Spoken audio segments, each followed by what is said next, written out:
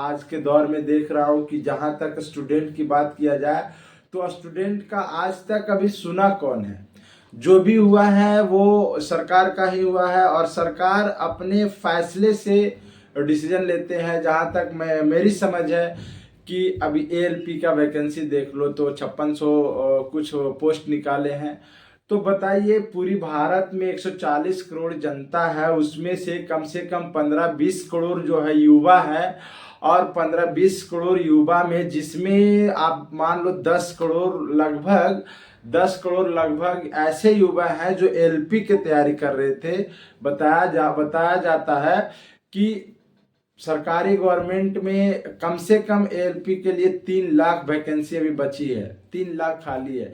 तो उसमें से आप बताइए कि कैसे वो 5600 पोस्ट में 10 लाख 15 लाख युवा फॉर्म भरेंगे और किस डिस्ट्रिक्ट को कितना वैकेंसी जाएगी। बिहार की बात किया जाए तो 38 सीट आई है बिहार में और सबसे ज़्यादा बेरोजगारी है कहीं तो बिहार में है, क्योंकि ना तो यहाँ कोई कंपनी है ना ही कोई साधन है वैसा कि वहाँ पर जॉब करके 10-20 हज़ार कमाया जाए।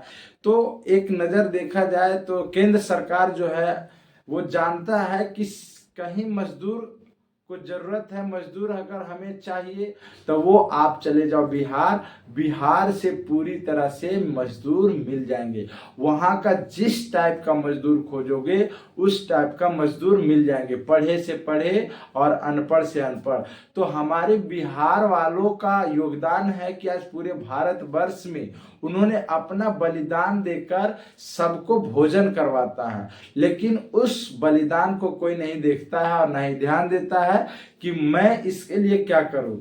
सभी लोग बस अपना फायदे के लिए देखते हैं कि मेरा काम बने, भाड़ में जाए, कोई भी वो वर्कर हो या फिर कोई लेकिन जब स्टूडेंट की बारी आती है तब स्टूडेंट अपना हक के लिए लड़ाई लड़ते हैं, तब आप कहाँ सो जाते हैं। आप इस चीज पे क्यों नहीं गौर करते हैं? आप हाथ उठा के क्यों नहीं कहते हैं कि चलो इतना वैकेंसी कम है, चलो इस पोस्ट को बढ़ा दिया जाए, इतना कर दिया जाए ताकि सबका थोड़ा थोड़ा डिस्ट्रीब्यूट हो। अगर हमारे देश में 28 राज्य है तो 556 को अगर भागा दिया जाए तो बताइए प्रत्येक स्टेट को कितना पड़ेगा। और कम से कम मैं बिहार का बात करूं तो 1 करोड़ युवा अभी कंपटीशन लेवल में जूझ रहे हैं। आज का ये प्रोटेस्ट जो चल रहा है अभी फिलहाल एएलपी के लिए, तो वो जायज है, उसके लिए मैं उसके साथ हूं और मैं भी एक स्टूडेंट हूं। तो मैं स्टूडेंट का साथ हमेशा दूंगा क्योंकि मैं उस लाइन में हूं। और मैं आवेदन करना चाहूँगा सरकार से कि आप इन स्टूडेंट का हमारी मांग जो है पूरा किया जाए। अगर आप पूरा नहीं करते हैं तो किसी का एज क्रॉस हो जाता है, तो किसी का वो ज़मीन बेच के जो पटना में रह रहे हैं, शहर में रह रहे हैं, कोई दिल्ली में पढ़ रहा है, तो उसका वो सपना चूर होता है, यहाँ से वो सपना चूर होते जाता है। तो इस पे थोड़ा सा आप फोकस कीजिए। संविधान कहता है कि सम्मान बराबर होनी चाहिए, लेकिन यहाँ सम्मान बराबर नहीं हो रहा है, नहीं, ना स्टूडेंट के पीछे और ना ही किसान के पीछे। यहाँ पे देखा जा रहा है कि जो व्यक्ति पैसे वाला है उसका जरूरत पूरा किया जाएगा और जो व्यक्ति गरीब है उसको जैसे पाओ वैसे कुचल दो। अभी क्या है कि प्रशासन लाठी चार्ज कर रहे हैं, तो ये लाठी चार्ज करने से कितना आप लाठी चार्ज करोगे और कहाँ कहाँ करोगे? आप बिहार में लाठी चार्ज करोगे, यूपी में, दिल्ली में, राजस्थान में, हरियाणा में, एमपी में, आप कहाँ करोगे? आप आंकड़ा देखो, जहां भी देखो वहां का उठाकर देखो, एक स्टेट को मात्र 100 सीट से भी कम आंकड़ा आया है। आपको पता होगा कि इस तरह से अगर आप इस आंकड़ों को नहीं बढ़ाएंगे तो शायद बहुत सारे स्टूडेंट अपना प्राण त्याग देंगे, उनके पेरेंट्स जो हैं वो भूखे मर जाएंगे। कहेंगे जब हम पढ़ा दिए बच्चे को, इतना खर्च के बच्चे के ऊपर और वैकेंसी नहीं निकाली तो फिर मैं करूं क्या? अगर वैकेंसी निकलती है तो बच्चा जो नाटा है या फिर जो दौड़ नहीं पा सकता है, दौड़ नहीं सकता है, तो उनके लिए ये एएलपी ठीक था। लेकिन आज वो भी व्यक्ति नाखुश हो गया इस वैकेंसी को देखकर कि मैं लड़ूं तो किसके लिए? कंपटीशन है मार्केट में, अच्छी बात है, लेकिन वो कंपटीशन की लड़ाई होनी चाहिए बराबरी का, तभी तो लोग जुनून और जज्बात से लड़ते हैं। साथ में उनका ये योगदान भी रहता है कि मैं 24 आवर मेहनत करके अपना बल पे अपने माइंड से इस सीट को हासिल करूंगा। लेकिन फिर भी इसमें सरकार जो है बहुत सारा चीज को इग्नोर करके चलती है। स्टूडेंट को तो मैं देखता हूं कि बिल्कुल ही इग्नोर किया जाता है। जब जब वोट आती है तब तब स्टूडेंट को लालच दे दिया जाता है और कहा जाता है कि तुम अभी इस फॉर्म को भर दो, मैं अगले साल फिर वैकेंसी निकाल रहा हूँ। लेकिन जब अगले साल की बारी आती है तो अगले साल के चक्कर में 5 साल इंतजार करना पड़ता है। हमारे जैसे जैसे युवा बहुत सारे बेरोजगार भटक रहे हैं। आज के दौर में देखा जाए तो सबसे ज्यादा बेरोजगार कहा जाता है। भारत एक यूथ देश है, यूथ का मतलब युवा प्रधान देश है। लेकिन यहाँ तो मैं कहता हूं कि भारत जो है बेरोजगारी वाला देश बन गया है। अगर आप सही आंकड़ा से देखा जाए, आप देखिए तो आपको नजर आएगा कि यहाँ सबसे ज्यादा कुछ है तो वो बेरोजगारी है। हर एक घर में एक बच्चे 2 बच्चे बेरोजगार बैठे हैं चौक चौराहे पे। फिर आवाज उठाती है सरकार प्रशासन कि ये प्रोटेस्ट करेंगे। अरे अपना हक के लिए कोई भी लड़ाई लड़ेगा और उसमें सारे पब्लिक सहयोग करेंगे। इसमें ये टीचर आपका क्या है, टीचर आपका गाइडलाइन करते हैं। टीचर जो है आपका एक माध्यम है कि चलो जब वैकेंसी निकलेगी तब इस चीज को पढ़ाऊंगा। टीचर तो खुद अपने देखते हैं कि यार जब वैकेंसी निकलेगी नहीं तो बच्चे हमारे पास कैसे आएंगे, जब बच्चे रिजल्ट नहीं देंगे तो बच्चे हमारे पास कैसे आएंगे। तो टीचर का इसमें हाथ कुछ नहीं। लेकिन हाँ, इसमें थोड़ा सा मैं देखना चाहता हूँ राजनीतिक पार्टी से। तो ये एक तरह से बहुत जो प्रोटेस्ट हो रहा है वो स्टूडेंट के लिए सही है, लेकिन यहाँ पे राजनीतिक पार्टी वाले लोग जो है गलत फायदा उठाते हैं। ये चीज पे मैं थोड़ा सा बात करना चाहूंगा कि आप किसी राजनीतिक पार्टी के भावनाओं में मत बहिएगा, नहीं तो फिर आपकी लाइफ आपको तबाह करके रख देगी। क्योंकि सरकार है और उसके पास सत्ता है, पावर है, पैसा है, सब कुछ है, वो कुछ भी कर सकता। ये सरकार नहीं, इसको तानाशाह कर सकते हैं। जैसे आज से कई साल पहले आप जर्मनी की कहानी सुने होंगे। जर्मनी में एक हिटलर राजा हुआ करते थे, जिसमें हिटलर जो थे वो बहुत अपने बात को पुख्ता रखते थे और वो देख लेते थे किन्हीं व्यक्ति को कि ये गलत है तो उसको वहीं पे ऑन द स्पॉट सजा सुना दी जाती थी। तो वो हिटलर तानाशाही सरकार कहते हैं। अभी मैं बात करूंगा कि यहाँ हमारे भारत में सबसे पहला अगर देखा जाए तो यहाँ लोकतंत्र है। लेकिन लोकतंत्र का क्या मतलब यही है कि आपकी जब जरूरत पड़े तो आप हाथ जोड़ के आ जाइए मेरे पास कि मतलब मेरे प्यारे भाई बहनों मुझे वोट की आवश्यकता है, वोट दे दो, मैंने राम मंदिर बनवा दिया। नहीं, ये गलत चीज है। अगर आप काम कर सकते हो तभी आप हाथ जोड़ने के काबिल हो। अगर काम नहीं कर सकते हो तो आपको कोई व्यक्ति नहीं कहेगा कि आप हमारे सामने हाथ जोड़िए और कुछ मांगिए, है ना। तो इस तरह से एक भिखारी वाला रूप जो धारण करते हैं और ये लोकतंत्र को आप राजतंत्र में कन्वर्ट करना चाह रहे हैं।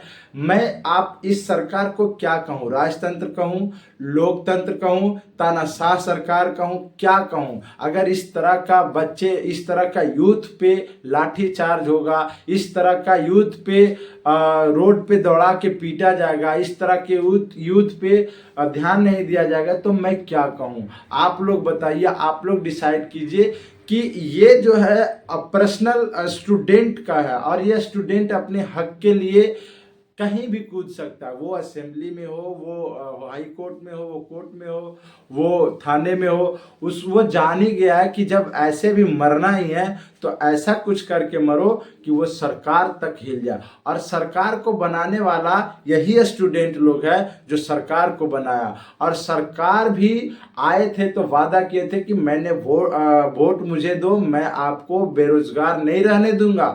आज सबसे ज्यादा बेरोजगार है तो इस भारत में है। और भारत का जो आंकड़ा उठाया जाए तो स्टेट वाइज देखा जाए तो सबसे ज्यादा बिहार में है। और मैं जानता हूं, जहां तक मेरी समझ है, अदर स्टेट वाला जो है वो बिहारी को देखना नहीं चाहता है। आप चले जाओ साउथ इंडियन में तो वहाँ हिंदी हिंदी कहकर पुकारा जाता है। आप चले जाओ दिल्ली साइड में तो वहाँ बिहारी कहकर पुकारा जाता है। आप चले जाओ हरियाणा साइड तो वहाँ पे बिहारी कहकर गाली दिया जाता है। तो आप बताइए बिहारी के लिए बचा क्या? आप बताइए कि बिहारी क्या कर सकता है? लेकिन एक मुद्दा और है कि सबसे टफेस्ट एग्जाम को देखा जाए तो वो निकालने वाला भी बिहारी है। आप किसी भी सेक्टर को ले लो, ऊंचा से ऊंचा और नीचा से नीचा, अगर बिहारी जिस दिन ठान लेना कि मेरी सम्मान पे आप लोग धब्बा उठा रहे हैं, उस दिन आपका चूल्हा चौखट बंद हो जाएगा, आपकी गैस नहीं जलेगी। आप जो सोच रहे हो ना कि ये अंबानी, ये अडानी, ये फलान, ये ढिकान, ये सब राजनीतिक नहीं चलेगी। जिस दिन ठान लेगा ना बिहारी कि मैं बिहारी हूं, अपने घर पर मेहनत करके कमा लूंगा, खा लूंगा, उस दिन आपके दरवाजे बंद हो जाएंगे, आपके खाना जो है ना मुंह में नहीं निवाला जाएगा। ये बिहारी का आंकड़ा बताता है। आप किसी भी प्राइवेट सेक्टर ले लो, सरकारी सेक्टर ले लो, कहीं भी ले लो, आप देखो उस आंकड़े को तय करो कि सबसे ज्यादा मेहनती कौन है। और मेहनती है वो झूठ नहीं, स्टूडेंट सबसे ज्यादा इंसान होता है, सच्चा दिल का होता है, उसका दिल में जो है राजनीतिक भावना नहीं होता। वो सिर्फ एक सीट के लिए फाइट करता है। उसको 10,000 में एक सीट अगर फाइट करने रहेगा तो वो कर लेगा। लेकिन अगर आप उसको 5600 सीट दीजिएगा और कहिएगा 1 करोड़, 2 करोड़, 10 करोड़ में तुम फाइट करो, तो वो बताइए, आप ही बताइए महाशय कि किसने वो कंपटीशन को फाइनल करेगा, फाइट करेगा, किससे वो लड़ेगा। अगर एक देखा जाए तो ये बहुत बड़ा ही मेरे ख्याल से स्टूडेंट के ऊपर लाठी चार्ज करना एक निर्मम हत्या की तरह है। आप इस तरह से किसी पे लाठी चार्ज नहीं कर सकते हैं। प्रशासन है, आप उसको कंट्रोल कर सकते हैं कि ये बच्चे हैं और हिंसकवादी नहीं है, अहिंसा के रूप से वो प्रोटेस्ट कर रहे हैं, तो उनकी मांगों को सुना जाए। आपकी जब मांग आती है तो आप हर एक घर के दरवाजा ठकठकाते हैं, हर एक चौखट को खटखटाते हैं। क्यों? क्योंकि आपकी जरूरत है, आज स्टूडेंट की जरूरत है, इसलिए सरकार की दरवाजा खटखटाया जा रहा है कि सरकार आपको हमने बनाया, आप मेरी अर्जी सुन लीजिए, मैं आपको फिर से दोबारा मौका दूंगा। अगर आपने अर्जी नहीं सुना तो सिर्फ ये बिहार नहीं, आप जहां जहां स्टूडेंट होंगे वहां वहां आपको ये चुनौती का सामना करना पड़ेगा। ये मैं नहीं, ये पूरे भारत मिलकर कह रहा है, ये मैं अकेला नहीं हूं। और इस तरह का जो मैटर आता है कि स्टूडेंट का वैकेंसी कम किया जाए, ज़्यादा किया जाए, तो आप डिसाइड क्यों नहीं करते हो? आप कैलेंडर जारी क्यों नहीं करते हो? इतना दिन से आप सोए हुए क्यों हो? 6 साल हो गया एलपी को लेकर, 2018 में निकला था, 2024 आ गया है। बताइए, आप इतना दिन से कान में तेल लेके सो पड़े थे?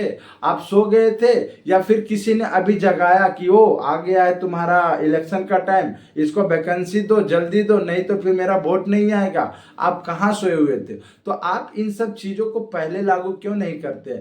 जब एक कहावत है, देहात में कहा जाता है, ताक पे कोहड़ा रोपेगा तो कितना समय में वो फलेगा। आप इस समय में बेचारा इतना दिन से, कोई 5 साल से तैयारी कर रहा है, कोई 10 साल से, कोई जो बेचारा आया है उसका हाइट नहीं एलपी में लगा है, उसका सपना तो चूर हो जाएगा। आप ये चीज महसूस कर सकते हैं? अरे आपको तो पैसा आ रहा है, टैक्स से आ रहा है, यही जनता, यही स्टूडेंट, आप सबसे ज्यादा जीएसटी लगाए हो तो वो शिक्षा पे लगाए हो। क्या शिक्षा सबसे बड़ी महंगी थी? आप पेट्रोल पे जीएसटी क्यों नहीं लगाए हो? आप सबसे ज्यादा जो कपड़ा होता है क्लोथ पे लगा देते जीएसटी। लेकिन सबसे ज्यादा अगर जीएसटी लगाया गया तो वो शिक्षा पे, सबसे महंगा जीएसटी है तो शिक्षा पे। क्या सभी जगह शिक्षा ही आपको जो है मतलब दिखा सबसे ज्यादा ऊंचा का?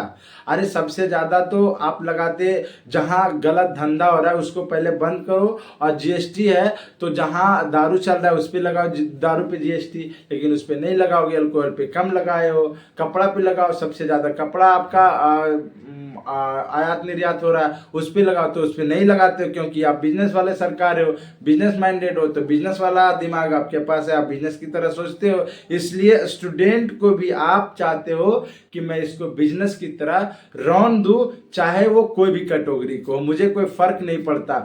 तो इस तरह का एक प्रकार से देखा जाए तो जैसा कि आप जलियांवाला बाग हत्याकांड देखे थे, वैसा ही ये इस निहत्थे माइंड वाले लोगों पर वार किया जा रहा है। और वो किसके द्वारा? प्रशासन के द्वारा। प्रशासन को वार करने पर मजबूर किया जा रहा है पॉलिटिक्स पार्टी के द्वारा। तो मेरी विनती यही है कि सरकार हमारे और हमारे स्टूडेंट या हमारे भाई लोग का जितने भी ये स्टूडेंट है उनकी बात सुनी जाए।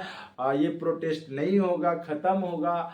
और मेरी यही विचार रहेगा। बाकी आप कमेंट में कर सकते हैं दोस्तों। मैं आपके साथ हूँ, हमेशा खड़ा रहूँगा। जय हिंद।